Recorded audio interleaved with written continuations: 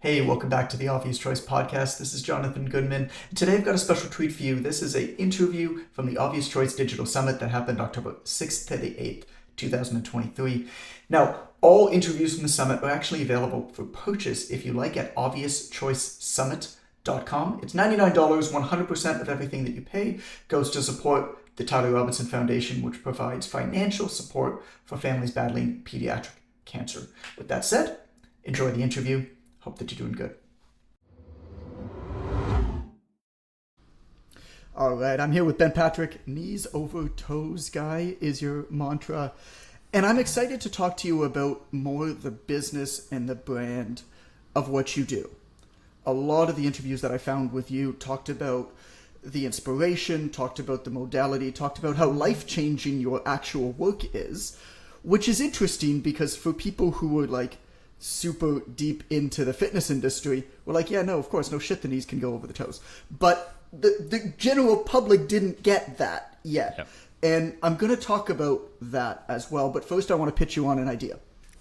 Okay. So I was thinking about coming out with an account and calling myself the rounded back guy. What do you think? Rounded back guy? I think that social media evolves so fast that I think it's already over the point where it works to make like a cheesy sounding name. I'm not even kidding. Like in this day and age, I think knees over toes guy wouldn't have worked well now as it did like 5 years ago. Really? Why do you say that? Because so many people did it, so now it's no longer unique. I'll bet someone already has rounded back guy. The whole idea of being the guy. So yeah. What did your mom say when you came up with the name? Parents thought it was silly. Wife thought it was silly. But Why is that? I knew. What did they say? Well, imagine if you don't know anything about exercise. Knees over toes guy sounds silly. It's almost it's so common sense that if there's positions of the body that you have trouble in, you would want to actually be good in those positions rather than running from them. But if you haven't been instructed into false education, then you see how confusing it gets for someone who hasn't first been told for years, no right. Knees over toes, no knees over toes, no knees over toes. So to them, it sounded silly. But I'm like, I know the field I'm in. I know this is the right name for me. So I'd love to know where the name came from and why you decided to go all into it. You got into it a bit there just now, but I want to know more. Like, what were some other names that you were thinking about when you decided to build this brand online after you had your gym and people kept saying, more people got to know about this? Yeah, that's exactly what happened. Absolutely hated social media. Hated social media. Loved running my gym. And I really believed that the best business plan for me was to do what I loved, training people. I was starting to train some lower level pro athletes. I figured, okay, if I can get to higher level pro athletes, I'll have a business for myself. And that's totally valid. But my clientele started being moms, pops, grandmas, rehab. Like I started noticing, oh, wow, the clientele coming to me, while there are some in pro sports, it's mostly people trying to repair and rebuild their knees. And then to find out how such basic things like dragging a sled backward were like revolutionary concepts for the average person. Yeah. It was like, dang, like it eventually grew to where I had a moment where I realized, dang, I actually need to take more responsibility for this and try to educate on this subject. So for me, knees over toes guy, I had no ego because I could have cared less about social media.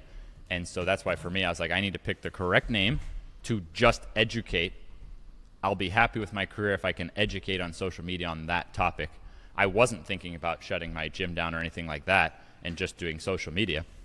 This was how I could use social media to educate. It was only during COVID that I really went all in on the online side because I had to physically shut my gym down and make a call. Do I wait and hope that things open back up? And so I just shut the gym down. So you can see there, for me, knees over toes guy, while it may have sounded silly, in my mind, I had nothing to lose. And that was the most guaranteed way to educate on knees over toes, was to call myself the knees over toes guy. Just nail that. Well, I want to go back to the name and I want to go back to the brand a little bit. But first, there's something that you talked about there. And immediately it snapped something that I wasn't planning on asking you about or talking to you about. But I want to first. Cool.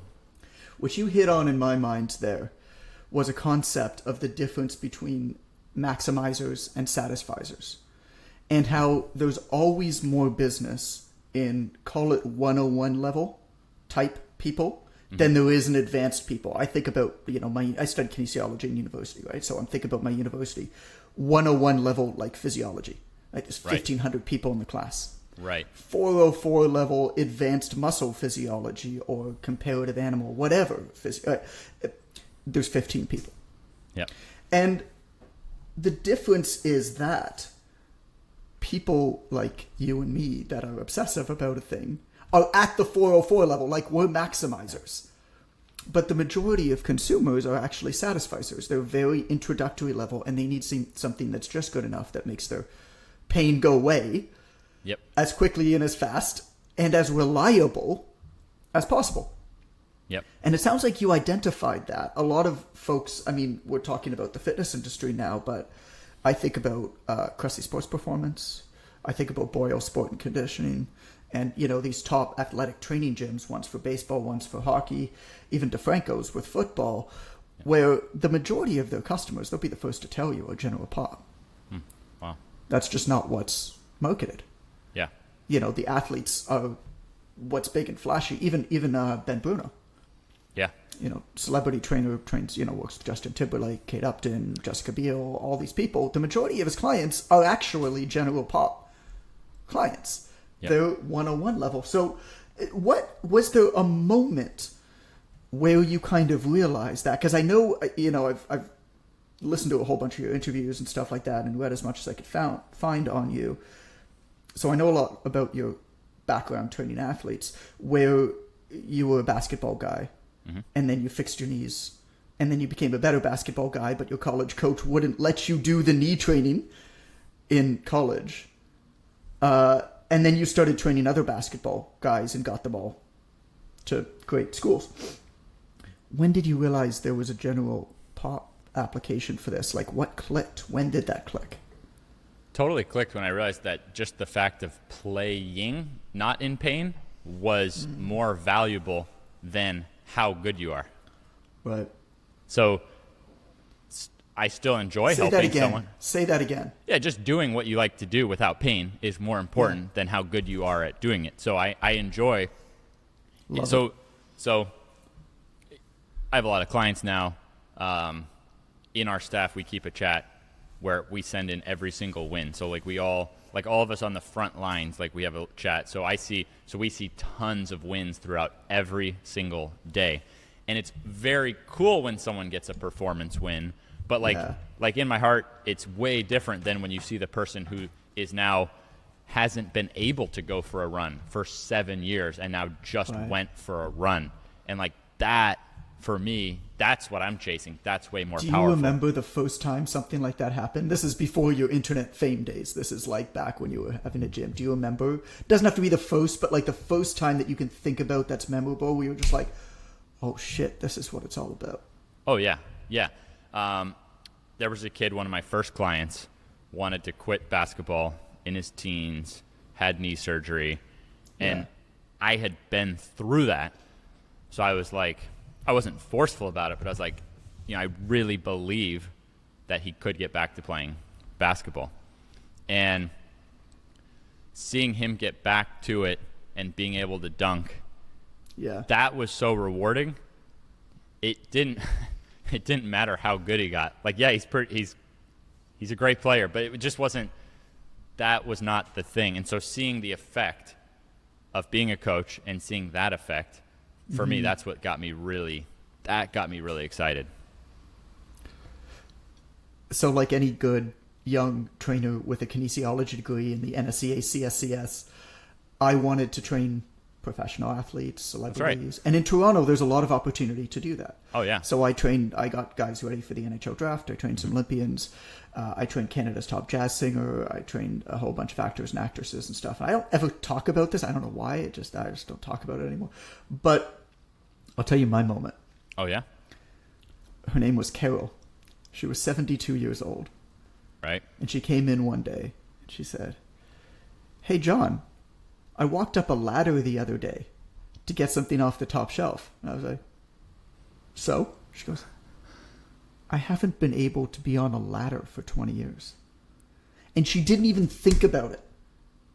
You know what I'm saying? She just climbed up the thing. And that was the moment where I was just like, this is what matters. Exactly. Having a client who can get up and down on the floor with their grandkids. Yep. But what you said, the idea of play, I think is so good. And the reason that I bring this up is I want to take it back a step and say, whatever industry that you're in, we're obviously talking about fitness, personal training, but whatever industry you're in, you're probably entering the industry as a maximizer, like this is your thing, this is what you love to do. But the reality of it is you're going to enter in, and at the beginning, you're going to think that all of this stuff is really important and you have to maximize and you've got to do the best job possible and get really, your success is going to be largely dependent on how much you can help people play, get back to play, whatever that is. Talk about that play idea as a metaphor. I want to go back to this brand. I want to go back to Rounded Back Guy and Knees Over Toes Guy. Yeah. Here's what I love about it. The second I saw it, I loved it. Before we knew one another. And I think the first time we ever chatted was I did some business training for some of your coaches. That's right. Here in Toronto. I think it was the first time that we chatted. But yeah, there's obvious and non-obvious content. There's obvious and non-obvious truths. Most of what you see on social media is very obvious type content. I call it entertainment. Yeah. Right? Like everybody's like, I'm a creator. It's like, now you're fucking dancing on the internet. Like, you're not creating. What you're doing is you're figuring a way to entertain around a subject a little bit better than somebody else, which is totally fine. And that will share, but that's not going to build you really an expert platform. And as a result, then there's two different games that you can play. You can be an entertainer, or you can be somebody who's building a business leveraging media. And they're simply different with different rules of engagement, time horizons, and odds of success. What an entertainer can sell is very different than what somebody like you can sell. It's way harder to do what you did. Because what you did is predicated on a non-obvious truth that's only held by those in the know who have been deep in the thing for a long time. When I became a personal trainer, even through at university, the knees can't pass the toes. I got sued by a client who got hurt not even under my watch. She was training an hour away. And you know what her jackass contingency lawyer did? They found a personal trainer somewhere to give an expert testimony that she should never have been doing squats, body weight squats down to a chair, because her knees were passing a toe. But everybody in the industry knew that was nonsense. That had been in the thing for a long time. Yeah, the biggest analysis of research papers show that a deep squat actually is an effective exercise to prevent lower body injury. It actually prevents degeneration of the knees. Mm-hmm. Any exercise is going to have pros and cons and techniques and coaching. And when you're in a more fragile state, well, that would sure be a time to have more expertise. Like you can hurt yourself doing anything in life. And it's definitely more dangerous to not know what you're doing. Right. And the least dangerous is to know what you're doing. I mean, if I saw an MMA fighter coming at me, I'm going to run from it. I'm going to run. But because I don't know the techniques that he knows. So the MMA fighter is going to be more bulletproof than I am because they have the technique of what they're doing. Right. So it's no different than with exercise. It's a really valuable thing to understand exercise to protect the body. And the knee, if you look at broadly what was being put out on social media, so little content on how to protect your knee. So little. Almost none. And so it's like, gee, like someone's got it. So it took a while of clients telling me, you got to go on social media. When you get advice that you're not going to take and you just nicely answer them, knowing you're not going to take it as if we know everything. And until eventually where it hit me, that's like, oh, wow, I need to try to take responsibility for that. So that's what I did. That's why I went on social media. Which is wonderful, and I'm certainly happy that you did. There's the other part of it is just the most obvious thing ever. It's just like, look at how your body moves. Yeah. I mean, there was something that I don't know if you ever came across this work, Ido Portal. Of course. He's an Israeli guy, right? Movement guy. Oh yeah. Something that he said years ago was always stuck with me, and he said, exercise is about becoming tolerant to your intolerances. Mm-hmm. And I think about that all the time. You're going to sprain your ankle. You're going to twist. You're going to encounter pathogens. You're going to have cancer cells in your body. Yep. Exercise, healthy living is about giving yourself the best chance of odds that it's not going to take you out of the game.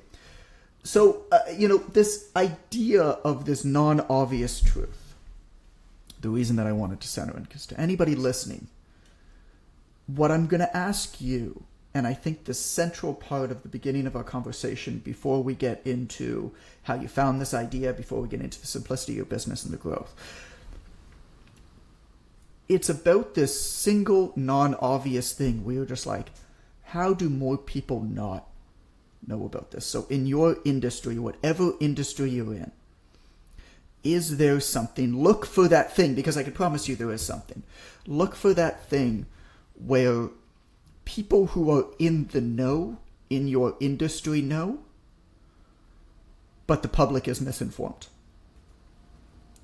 That's the non-obvious nugget. Yep. And then it's a matter of going all in on the thing, which few people are kind of willing to do. It takes a lot of guts sometimes to just go on such an unusual track. But this is also why, if you go look at my Instagram, if you go look at my YouTube, if you go look at my Twitter, you don't see the posts of, here's how to make $1 million, blah, blah, blah, blah, blah. No, I got fucking lucky. Like, this is why I'm not preaching about my business skills, because I didn't have any goddamn business skills. So that's why it's cool to be on this podcast with you, because you're gonna dig into things for the person who is trying to succeed in business, and you're gonna be able to extract stuff from it that they can use, because I'm not gonna be a freaking hypocrite. It would be way different if I had on paper, look at this business plan I wrote, right, and then I executed it perfectly. No, I was one of those people. There's probably people listening to this who think of themselves as having, oh yeah, I'm not great at keeping my temper, or I'm not great at this. Like, just most people probably have something like that they just think naturally I'm not so good at such and such. And for me, I was one of those people who's like, oh gosh, business, taxes, marketing makes me want to vomit. People obsessed with money, blah, blah. Like, business for me was an area that I had very little desire to look at. Right. Business. There's 13 timely yet timeless lessons in the obvious choice philosophy. Oh yeah? Wow. Right. This is a book that actually, like, the proposal was getting sent to editors today. That's awesome. And so this event is very much predicated on that, and all the speakers are aligned with that. It wasn't like, oh, I'm just looking for like the biggest influencers possible. It's like, no, there's a reason that I wanted you to be on here, because you align very much with this philosophy, and you've done big stuff. But one of them is intelligent people often make the mistake of seeking out harder problems when there's easier solutions. Yeah. And that's a good point. What you've done is that you went out and you were just like you may not have even known that you were doing it, but all of the stuff that we're made to think really matters in business. I need to be responsible fiscally. I need to incorporate a thing. I need to have a logo. I need to do all this stuff. Versus you, where it's just like, yeah, I'm just going to share these great ideas that I really believe in, that I really think are true. And I'm going to try to build the biggest audience possible around this thing that I know that is true, and I'll figure out the other shit later, or I'll hire somebody, or in your case, I think, correct me if I'm wrong, marry somebody who is good at that stuff. Because Allison, I think, Alyssa. Oh shoot, I have that written down. That's okay. Allison's my wife. Alyssa's my sister. That's why I got confused between the two. Okay. Yeah. I think if I trace it, you'll probably be able to correlate kind of what went down. Okay. Let's I dig in. was lucky to be around. My parents are very conservative, but smart financially. So I was very lucky to be around people like that. So I was renting a place for $500 a month. I was trading time training a school sports team, and I would get to use a classroom, a 300 square foot classroom, to train my personal training clients for free, and things that I was training people out of my garage, because the whole time my parents were like, if you're going to get a location, you want to do it as a real estate thing. You want to buy the real estate. And so they found a spot that they liked. They nothing crazy, but like modest commercial real estate. That's what they do. And they found a spot that they liked so much that they were like, look, straight up, like if you fail as a personal trainer, we will still buy this back from you because it's a good investment. So I already had that backing of understanding. So my personal training career, my business model was $150 a month, but yet you got near like personal training every day. I never closed. Like holidays, I was open 7 days a week, holidays. So for $150 a month to then be having like high trainer to athlete ratio, and then it became non-athletes and everyone, and like there wasn't a lot of profit margin. There was basically zero profit margin. I made like $0. I didn't do personal training. I did $150 a month, CrossFit style, yet working there early in the morning to super late at night. Even if it meant one-on-one with people, I didn't have a higher price than $150 a month. So after 7 years of that, I basically broke even, but I was able to sell the real estate, and the real estate had gone up a lot in value. So that's a very different backing to then try to go on social media. Had I finished that 7 years paying rent, I would have been sitting there with $0. But because I was paying off real estate, then after that 7 years, I had a lot of money to now buy myself time. So through COVID, I was able to full-time write, film, put the word out. That's way different. I wasn't having to make ends meet. So this is why... figure out how to do it. Right? Exactly. So I think this is important context, because otherwise it'd be total bullshit for me to sit here like I had a genius business plan. But again, if I'm just 100% honest about it, someone can take the data and think with how they could apply it. So went through that. Then I did turn my attention to how can I be really effective at marketing and getting the word out and helping people and then servicing them well. And I sat down with a friend of mine who is a successful online coach. Now his system was $2,000 for 3 months. And I was like, fuck that. I am not charging. I charge $150 a month for in-person coaching. I'm not going to charge. I said, and he said, all right, well, you can't charge less than $99 a month. Like you cannot charge less than $99. My response was, how about the first people who sign up can get it for $49.50? And I've never changed my price since. And that's still. So I didn't know. So I can't, I didn't know what was going to happen. So I want to talk about your business model. Yep. We're going to get to that. Yeah.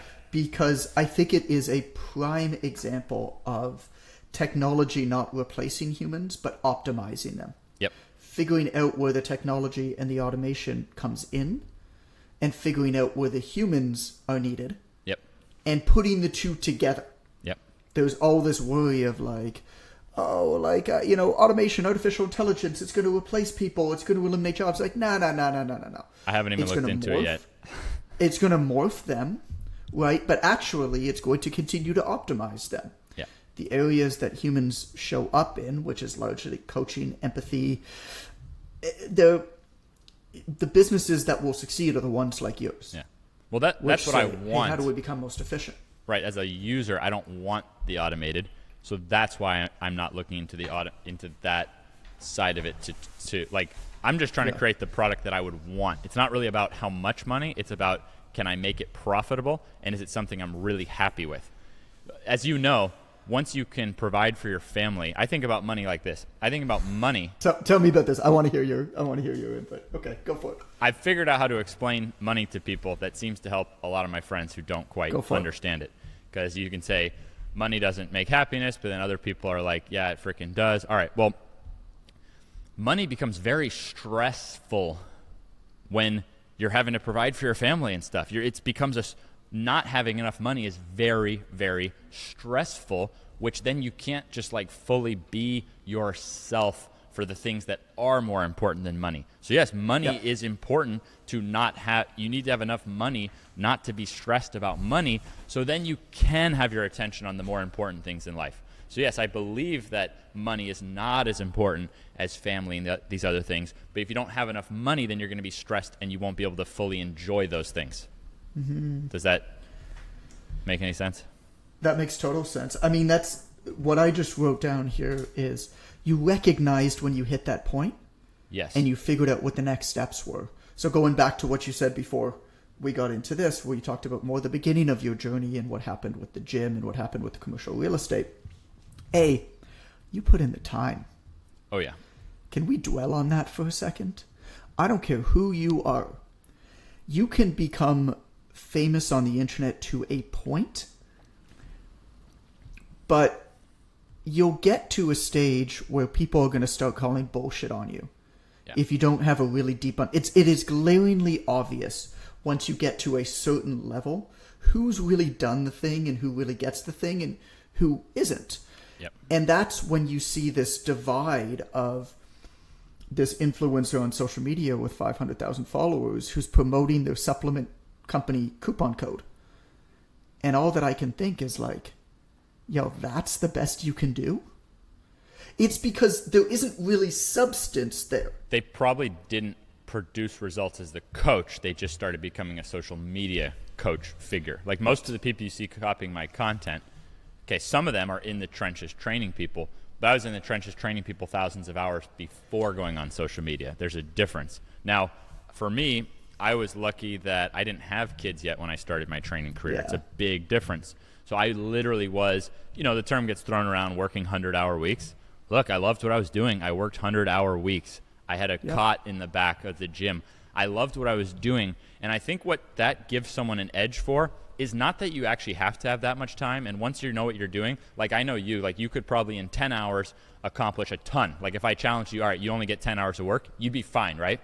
Mm-hmm. If I said you only get to work 10 hours, right, you'd be fine.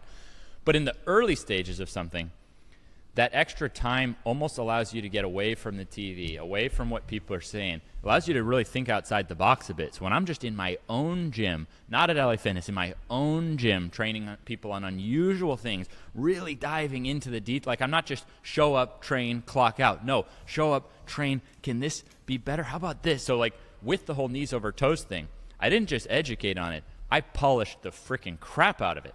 Yeah. Like I have polished every one of these steps with better measurement, more precise measurement, more reps. I've coached people on this stuff more than anyone ever. Like you want a simple recipe, literally coach other people on something specific more than any other human ever has. You might be pretty good at it. Like I'm not like a special case. I literally just worked at this more than anyone has ever worked at this exact issue while happening to be horrible at it naturally myself. It's hard to really get good at teaching people how to jump higher if you can already jump naturally. So, I mean, you're talking to a 5'4" unathletic Jewish guy, so you don't need to tell me about being naturally bad at sports. I mean, look, I resonate with your story. Like when I managed other trainers at the gym, I was the senior trainer at this club. The first thing I taught them was how to make a bed out of mats and towels in the break room. Wow, that was lesson number 1. I agree. So let's talk about this, how to find this non-obvious idea. Because, I mean, I agree, but then you got to take it a step back and say, all right, cool. Well, like, how do you find that thing? You say you did this thing. You're going to find different ways. My way is simple, which is that I had literal pain, upset, whatever you want to call it, made me unhappy in life, all because of a subject that I didn't understand. So it's freaking obvious. What am I going to do with my life? I'm just going to try to help people. So the fundamental thing is you will feel good in life if you are actually helping people. You will feel good. You will be happy. So where do you then pick to help people?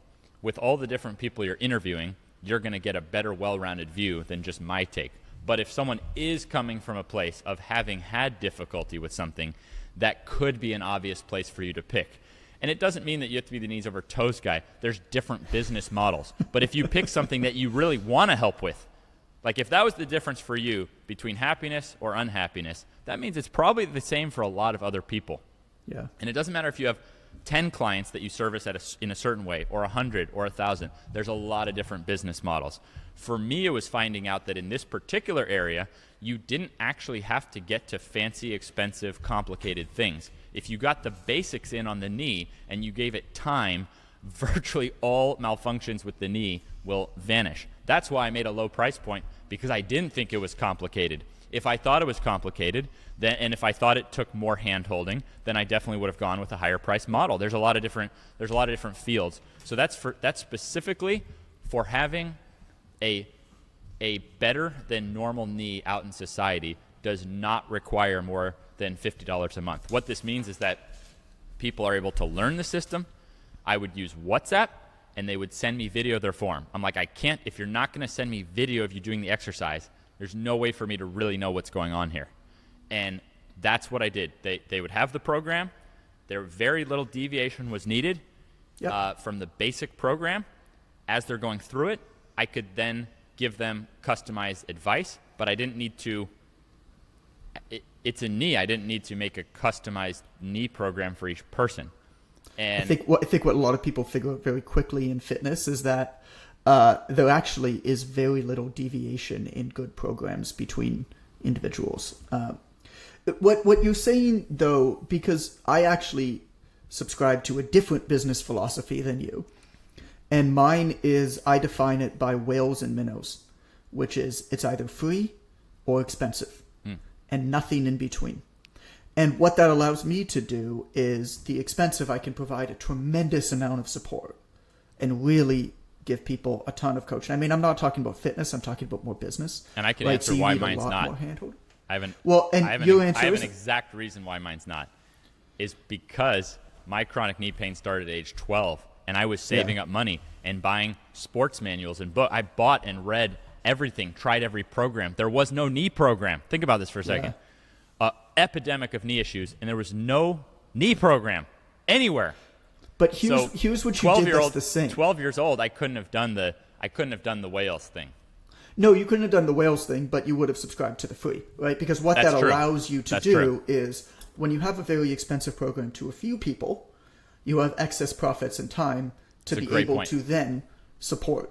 That's a great point. If you were advising me, so I would have done the same free thing, and then I would have had the one-on-one access to me, and you were 100% right. My profit margin would be through the goddamn roof, because people would pay $1,000 a month to just have access to Knees Over Toes Guy, and I could say, geez, I only need 25 people to have access to me, and I'm going to be making a great living. Just off 20, like I could do that in my sleep and have a great life. It wouldn't have made more. You could have a great life, and you could support a tremendous amount of things.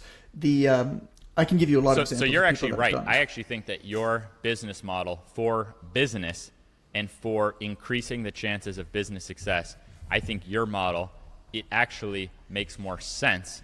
Sometimes shit just works out anyways, and sometimes the goal goes beyond. Sometimes the goal goes beyond providing for your family. And in my case, I was really passionate about this team, so it was also like, how the heck can I create something that I can like build this group?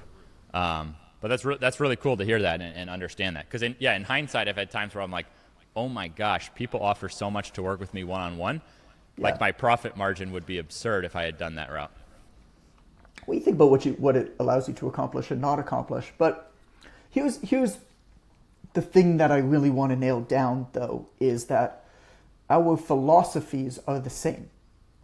How we execute on those philosophies change. But our philosophies are the same, which is absurdly simple, very focused business. You have one offering, one price point. What that allows you to do is build that thing and make it the fucking best in the world for what it is. Build the systems to allow that to scale. Have the ease and focus of the communication towards the thing. You know where to point people. Great point. That allows you to, and not get obsessed with line extension too early. You know, now you're doing things like equipment and that, but like your other stuff is revving along. What happens is a lot of people get obsessed with all of these other things way too early. You know, like I built a software platform. Like, why did I do that? It's like, I don't know, because it's fun. But like, I don't care. I self-funded the whole thing, so I don't have to speak to investors. And I can take my time with it and build it the way that I want. And it is free for trainers to use. I've got 32,000 people registered for it, and it's 100% free for them to use because I felt like it needed to exist in the world. That's awesome. It's not like, that's not a business thing. That's I have 37 plates of pasta. I don't really care about a 38th. Very so true. Now that everything else is so simple, right? How can we build this? To me, that's the same philosophy. Once right? you're taken How we care of, executed that you on get to different. pursue some of these passions, which is awesome. Yeah. Like I've been able to put attention into other areas of passion because the main thing is really polished. Yes, and polishing the main thing comes first, though, whatever that is. Yeah. And dedicating yourself to it. A huge tenet. You talked about luck earlier. I put a pin in that and wrote down a note because I wanted to revisit it at some point. To me, success equals talent plus luck. Yeah. Massive success equals a bit more talent and a lot more luck. That makes sense. But I do think that you can guarantee yourself good luck. And that's largely predicated on compounding good enough daily executable habits. Yeah. It doesn't have to be the best. And in fact, searching for the best thing to do, you're never going to know if you found it. So even if you do stumble upon it, you're not even going to recognize it and you're going to jump on to the next. And B, FOMO seems like ambition, but in reality, it's actually recklessness. If you're constantly searching for the best thing and jumping for spikes, you might hit one at one point, but eventually the tortoise always beats the hare. Yeah. Because in business, the tortoise has the advantage of compounding. Yeah. And what you've done is you've said, all right, well, like this other guy, I know who it is, but I'm not going to say his name because you didn't say his name out of respect. I don't think I it wasn't really thinking of another guy, believe it or not. No, you're the person who talked to you about the business with the more expensive packages. Oh, that was just a buddy of mine. No, he's not on social media or anything. Oh, okay. He's a buddy of mine who works for like a bigger company and runs their online coaching department. Okay. Yeah, great guy. Anyway, okay, so we're not thinking about the same person. Regardless, you spoke to them and you're like, "Oh, that isn't for me," even though for you that's the best thing, and then you just double down on what works for you, even though it was a little bit slower. Yeah. Getting going, but the point is, you kept focused. You didn't jump and jump and jump and jump. Yeah, and good jump. point. Good point. I didn't like Right. jump and then try this and then try that, and I think if you find something you're passionate about helping people with, that's like the ultimate treasure right there, because you're not going to lose that motivation. Like the motivation you have to be like, bro, I can make bank with this strategy. Like, Yeah. there's some motivation for that, but it's going to run out if it's not something that you enjoy helping people with. And if that's your motivation, the minute that you make bank, the goal line's going to have moved anyway. Yes. I mean, you make $1 million, you're comparing yourself to somebody who makes 5. Yeah. You make 5, you're comparing yourself to that guy who has the $10 million house. That person's going to compare themselves to the person who has the yacht. That person's going to compare Exactly. themselves to the person who has the sports team. Like, if that's So your true. goal, it's just going to keep moving. It's one way to live life, but you won't be as happy if you go that route. You could be happy if you're winning at that. You won't be as happy as if you're also helping people. I've been lucky to work with buku celebrities in every field, billionaires, and the common denominator by far is this person's work going into helping people or not? Like, so if the person was a billionaire or not didn't determine how happy and fulfilled I could tell their work. It wasn't that factor. It was the factor of, was the work that they were making the money off from actually helping people or not? Like if you make like a junk food, right? And you do everything right and you market it well, like you're not making the world a better place. And that's what you do. And so the example is just that I could totally tell a difference at the end of it between people whose career was going into helping people versus not. And often these people will tell you behind closed doors that they're super depressed and on drugs for their depression. They can barely live with themselves and they wonder why. Because they're not helping people. I mean, Mr. Beast shut down his hamburger empire. He did. And his focus is on chocolate bars.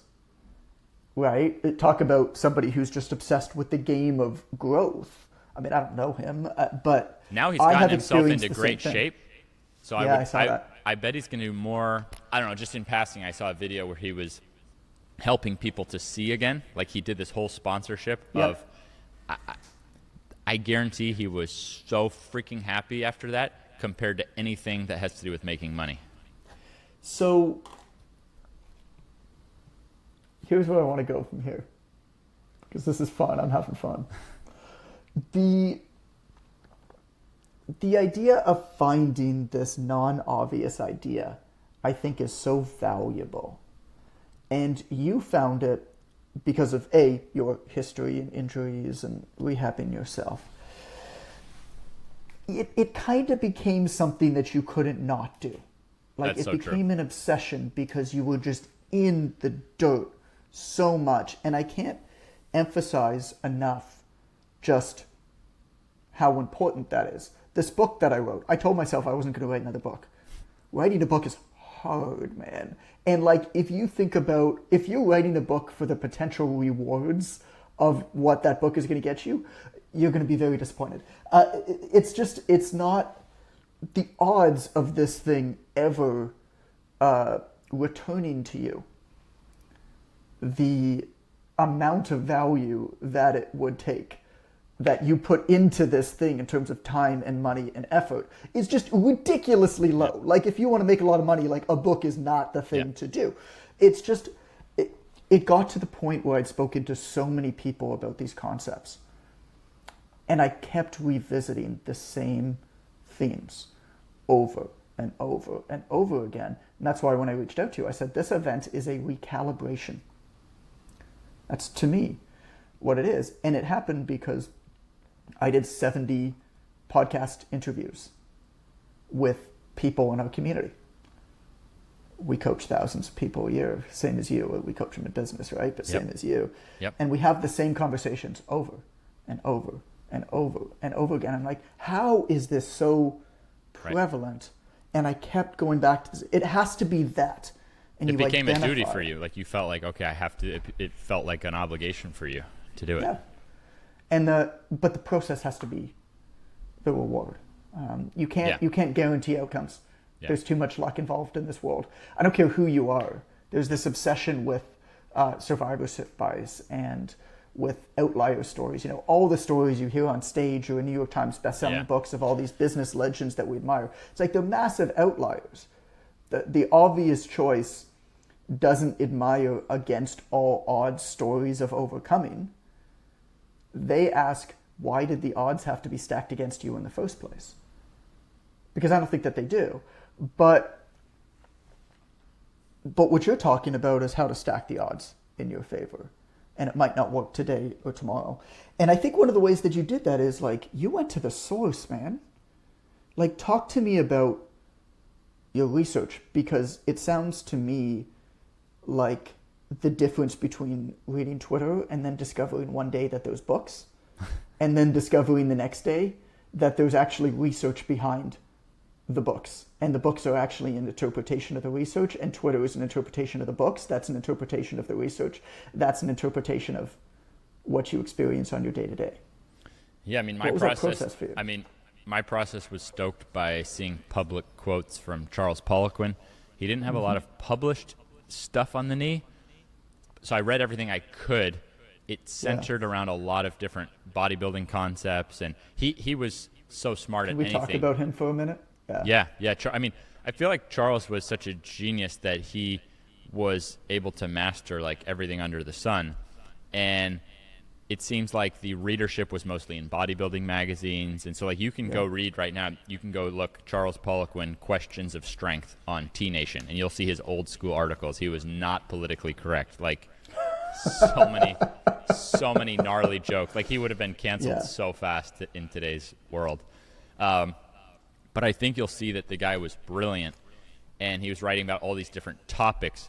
There's really only clues on the knee at that time, and he was not in America much. But he was doing Peterson step-ups. Exactly. Right? He was doing the lunges, the knees over toes. Right. Lunges, He was saying yeah, in his experience over 200 Olympic medalists that it was very clear that the knee that could go farther and stronger over the toes and through full range of motion had less chance of injury, less pain.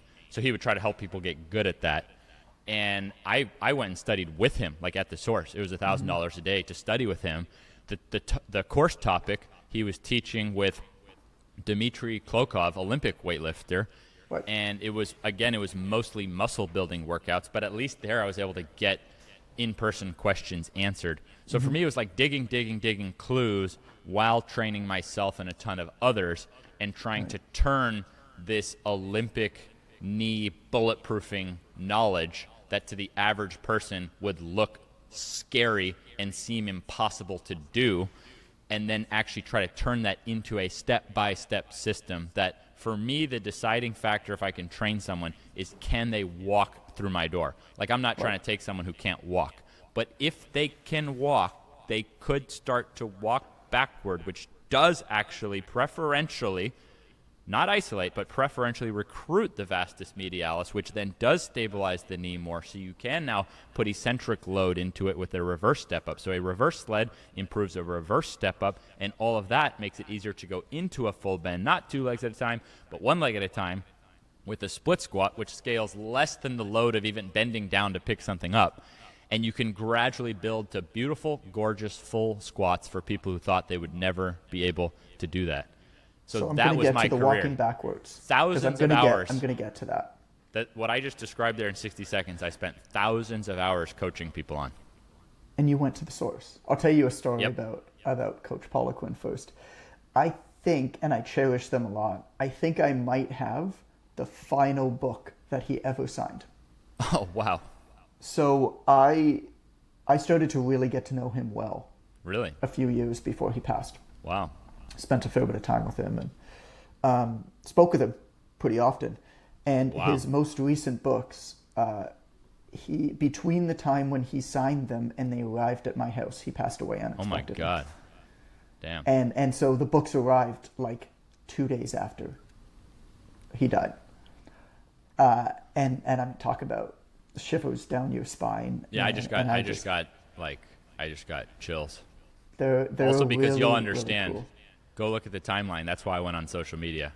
It wouldn't have made sense just at the start of the podcast, but when he passed away, I was like, we're freaking doomed. Someone's going to have to educate on this. That's why I went on social media. It was after he passed. I don't think I would have done it otherwise. What you did is you went to the source. Like you started broad, right, as we all do, but then you went to the source. What did Coach Poliquin do?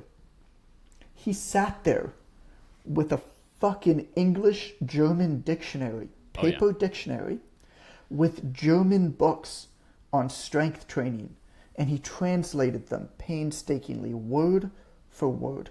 I think it was 15 languages or something. He ended up having to learn like 15 languages so that he could study every text on strength. Like, talk about putting in the right. And when he would hear about something, reverse hyper, he would go to Louis Simmons. When he would hear about these various things, he would go to the source. So also in this event is somebody I'm speaking to tomorrow, somebody named Jonah Berger. Okay. Jonah is a professor at the Wharton School of Business, so like probably the best business marketing school in the country. And his specialty is social contagion theory, like viral marketing, like word of mouth. And now he's a big name. He's had a bunch of New York Times bestselling books. But I got to know him 10 plus years ago. And the way that I got to know him is I wrote a book called Vironomics that came out, I don't know, it was 2015, 2016. And at that point, I had read every single research paper that existed on email-mediated communication, social contagion theory, on all of the stats and data for narcissism, for ego-related behaviors with social media. Wow. And what happened was, you start with the few books that are out there, and then you look in the back of the books. Like, what do I have in my copy? The Medium is the Message, literally on my desk. Moshe McLuhan, 1960. Right? Wow. And it's just, so you look at these things, and then I went and I found the review papers. So what review papers do is they're meta-analyses of all of the research papers, and they kind of sum them up. And so I then would go find those on PubMed. I have friends at that point who were still in medical school, and so I used their PubMed accounts. And I would read all those papers. And then I would go into the individual studies and I would read those papers. And then I would message the researchers. So I was talking to Jonah before his first book came out, asking him about these things and talking to him about how I was applying these things in the real world and giving him feedback based off of that. If people don't see that kind of work, I think, behind the scenes. But if you want to be truly great, you cannot, and you, Ben, are such a prime example of this, and Coach Poliquin is a prime example of this, which is why I was excited to talk to him about him with you, is you cannot read Twitter all day. You can't read whatever modern day interpretation business book with some fancy acronym. You've got to, at one point, go back to the source and figure out what your own interpretations are mixed with your own experiences. There's very few new things. Yeah. Nassim Taleb talks about this all the time. If you're familiar with his book, he's like, I'm not reading a book that's been written in the last 10 years. Oh, wow. Just like, unless it's like a new problem, like if you want to learn how to like fly an airplane, then yeah, you got to read a new book. But most problems are old problems. Even physical training, if you think about it, like you look at what the yogis did, whatever, 400 or 500 years ago, and all of the movements in yoga align very closely with the myofascial slings of the body. They didn't know it. Like they didn't know like the science of it. Yeah. But there's thousands of years of that. I want to get into business simplicity a little bit with you. Mm-hmm. Can we shift to that? Let's give it a shot. Tell me how your app works very quickly. Tell me how the technology works in terms of delivering the program and the types of people, like how many different programs you have. Yeah. And then tell me how humans show up. Yeah. Went from a basic Google Doc that I could send people. They would message me on WhatsApp to coach them, to then using TrueCoach. So TrueCoach we used for a long time. I could put the programs up there. And to then one of our early online members, then hiring him, and he gradually now with his brother and one other has built out our own app. So like we have our own app in the App Store. So it's the same. It's the $50 a month. And you have these basic programs, Knee Ability Zero, Knee Ability Pro, meaning you have a version that you can do with literally nothing. Like you could start it right now at home with literally no gym equipment, versus your Knee Ability Pro is like how I would train you in the gym for your knee. And so you basically hit the different people, like no equipment, you have equipment, and then what, different populations? Yeah, I mean, the scalability exercises, I would say that the majority of my clients end up being people older, because mobility becomes something they're really willing to go after. It becomes a higher value for them. So I would say most of my clients are older. So you got Knee Ability Zero, Knee Ability Pro. That's like my bread and butter is the knee. But I still have back programs, full body programs, different sport specialization programs, probably 25 programs or so in total for people to choose from and work on. Okay. And they're, let's see, we're on, I'll turn my phone on so I can show on screen in a second. But the simplicity we're trying to get to is how few clicks does it take to see a program, see a form video of how to do the program, and then be able to send in your own questions or form videos. So we're trying to go like least number of clicks necessary for the person to access program, see how to do it, send in video of themselves doing it, and then get coaching feedback. So I'll show you here in a second. There's two pieces I want to pull out from there. Sure. One is, before you knew what your thing was, you scaled up with your technology. Like you started very simple, gloriously inefficient, using Google Docs, using Google free Doc, services. WhatsApp, YouTube. So you put the form video on YouTube, unlisted. You got your Google Doc. You can adjust it slightly as needed for the client. You use WhatsApp. So here's So Like if that's step one. so if I like Step- if I open out the app, just so it's Yeah. so you can see real big, like there you can see the programs. So if you Right. click on a program, then you can see all the exercises.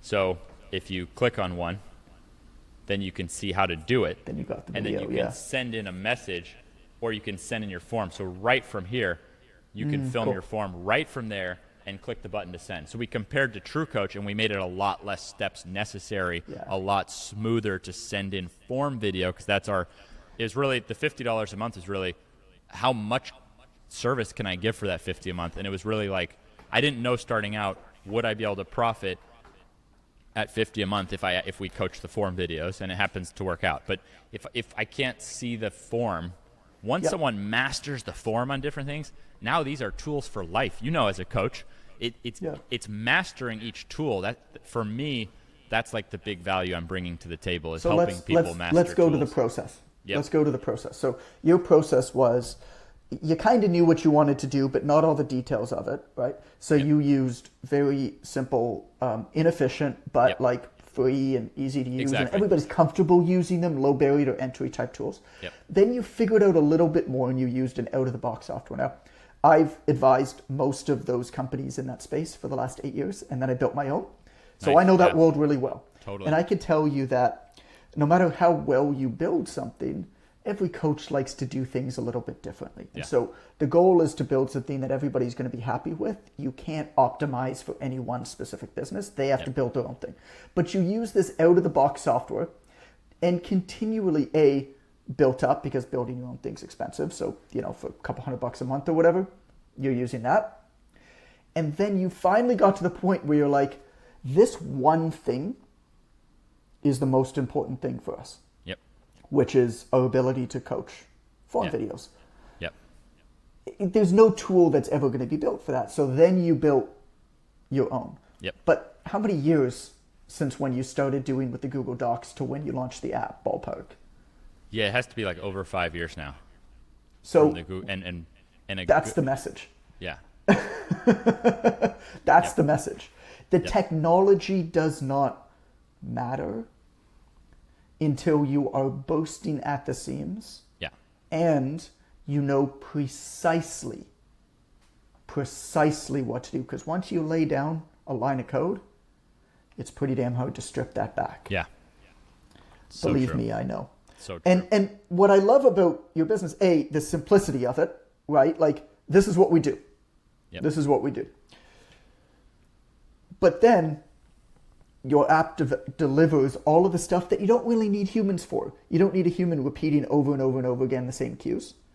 You don't need a human demonstrating something. A video can do that just as well. The only thing you really need a human for is looking at somebody's form. That's right.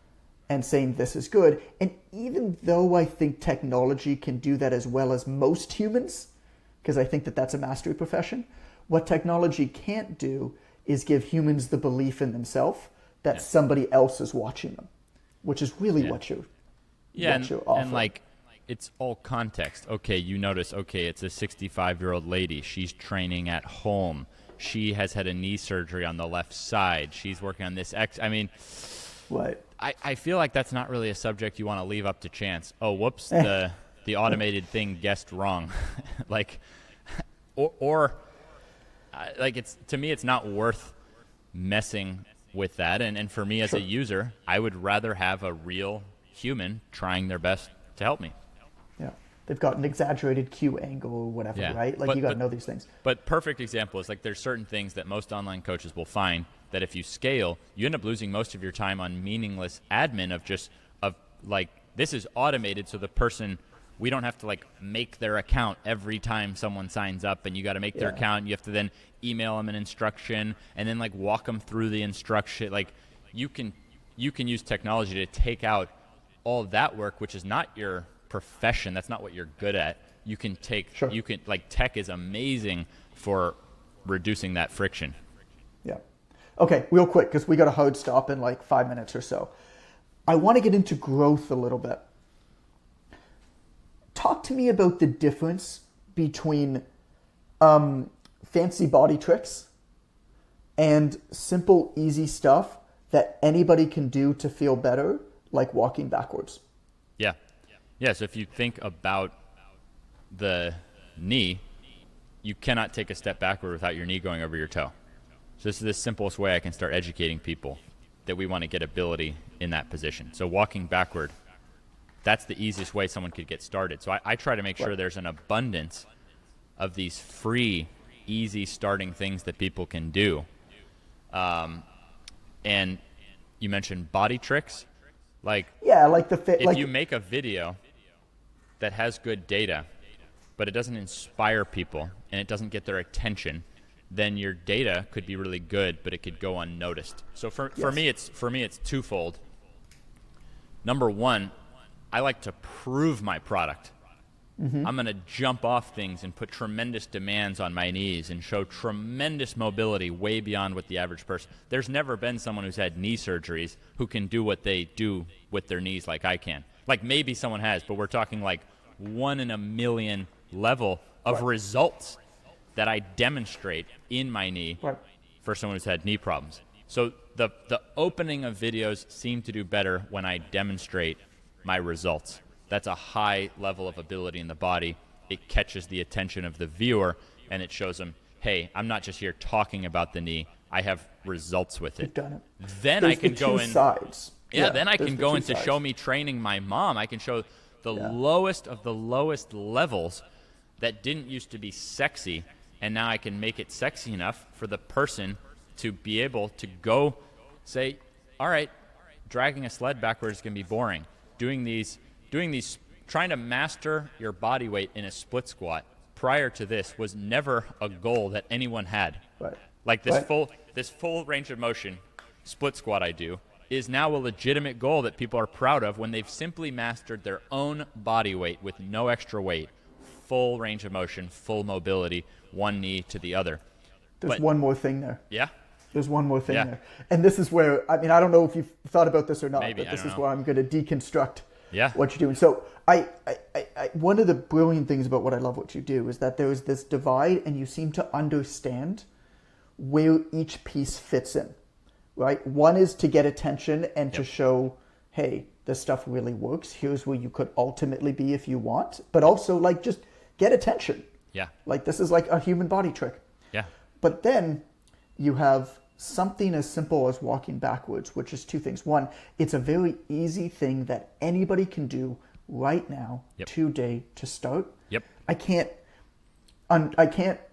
talk about that enough of how important that is. But number two, one of the main components to viral material is to have a trigger. And the best triggers are things that show up in everyday life. Because no matter how many times you can make an impression with content or with something paid, the only way to really gain a lot of mind share is to show up in their everyday life multiple times and have them think of you every day. What you've done with the walking backwards, for example, is anytime anybody walks backwards or thinks about walking or moves backwards, they're like, oh yeah, no, knees over toes guy. Like, if you can think about that, I used to even use that in my content. I was like, because, you know, trainers drink a lot of coffee or whatever. I'd send people these water bottles that they used in the gym, or just like, what does my audience, my ideal audience, where do they hang out all the time? Or what are some things that they do all the time? Are there ways that I can get them to think about me and what I do during those moments? Wow. Hey, as you sip your coffee today, think about this. Just little, like, and so I don't know if you've thought about that or not, but I see a lot of the videos that you're tagged in by like super influential people. They're all just like, hey, I'm walking backwards today. And this is where it's great that you are a business coach for people, because you're able to look at all this stuff and then break it down for people, because there was no plan of like, hey, people are going to be telling other people and posting about backward walking. Right. Like it wasn't, is like you said, you know, I worked really hard at it and tried to become talented. Like for me, it was simple. It's like, look, what am I doing with my life if I've gone through all this stuff and I have these opportunities and I don't try to become the best damn knee coach there's ever been? That's my goal. Become the best. So the talent, like I was trying to get as talented as I could. but then you have these lucky things that just like Sure. sort of worked out, like the backward walking and stuff, that it's this identifiable thing. People all the time run into me and they're like, oh my gosh, I saw my neighbor was walking backward. And then they're like, knees over toes, they're like, knees over toes, you know? Right. And so, like, a friend of mine is like, oh, I have to relay this to you. I saw a guy walking backward in the grocery store. I was like, oh, knees over toes guy's my friend. And the person's like, oh, tell him one thing, thank you. And like these like life-changing stories that started. Amazing. But there was no business plan that backward walking was going to become associated with this. But it started with this expertise. Okay, we got to go. I got one question for you before we go. Why don't you watch Melrose Place anymore? Well, you you listen deep.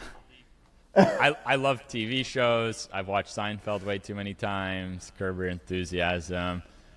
Somehow my wife, you know how you trade off like husband wife, and then you wind up like liking the show that your wife likes secretly, and so I'll never admit it. Yeah, so Melrose Place. Anyways, I ended up like whatever.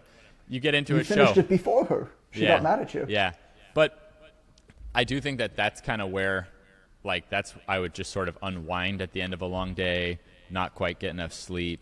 So then once we had kids, I was like, oh boy, like I'm gonna have to cut out my lost time because where are you gonna sleep?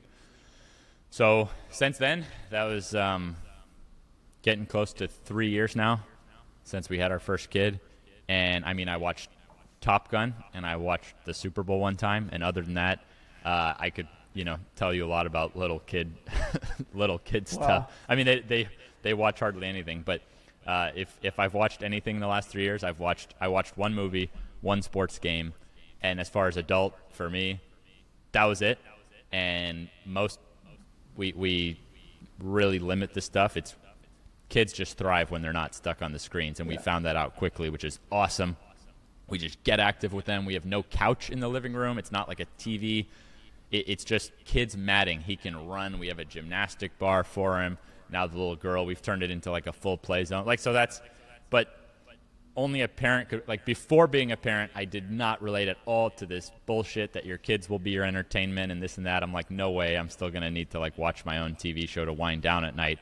So when people who haven't had kids yet are like, how do you do it and go no entertainment or this or that? I'm like, when you have kids, it's different. Like all of a sudden, it's different. Yeah, it's different. So trying to tell a single guy to go, I went 821 days of like no entertainment for myself. Oh wow! And not even Melrose Place. Yeah, sure. Exactly. But trying to tell a single guy who doesn't have kids yet, once those kids are out, I'm trying to go to sleep as fast as I can. I'm trying to get. I've actually had more sleep the last few years than I had the years before because my strategy becomes to go to sleep as soon as I can after the kids are asleep. Right. So I don't take the phone into the bedroom. I don't have a TV in the bedroom. My wife and I end up talking more and getting more sleep. Yeah, well, you and me both. That's why that resonated. I've got a 6-year-old and a 1-year-old. We don't have a TV. Congratulations. In the house Wow, either. good for you. And we never have, actually. Good for you. But it's the same thing. We should do a follow-up and talk about being parents, because I think it's like, it's like I don't think there's enough. Look at the effort that you've put in to be exceptional at what you do, and it would be really nice to have more resources to get more tips on being a dad, because I've put all my time into being a knee coach. I haven't studied being a dad, but all of a sudden you're like, oh my gosh, this is like, I want to be really good at this. So let's do a follow-up. Talk about it. To me, what it comes down to is kids are the greatest amplifier of everything that's already there. Yeah. They have forced me to a level of productivity and focus. Yep. That I thought that I was good at that before. Yep. I wasn't. It's so true. My friend, thank you for this. Hey, thanks for what you're doing. We'll talk again soon. Thanks for what you're doing, helping all these people. Absolutely, dude. You all too. Right, brother. Talk See soon, ya. man. Bye-bye.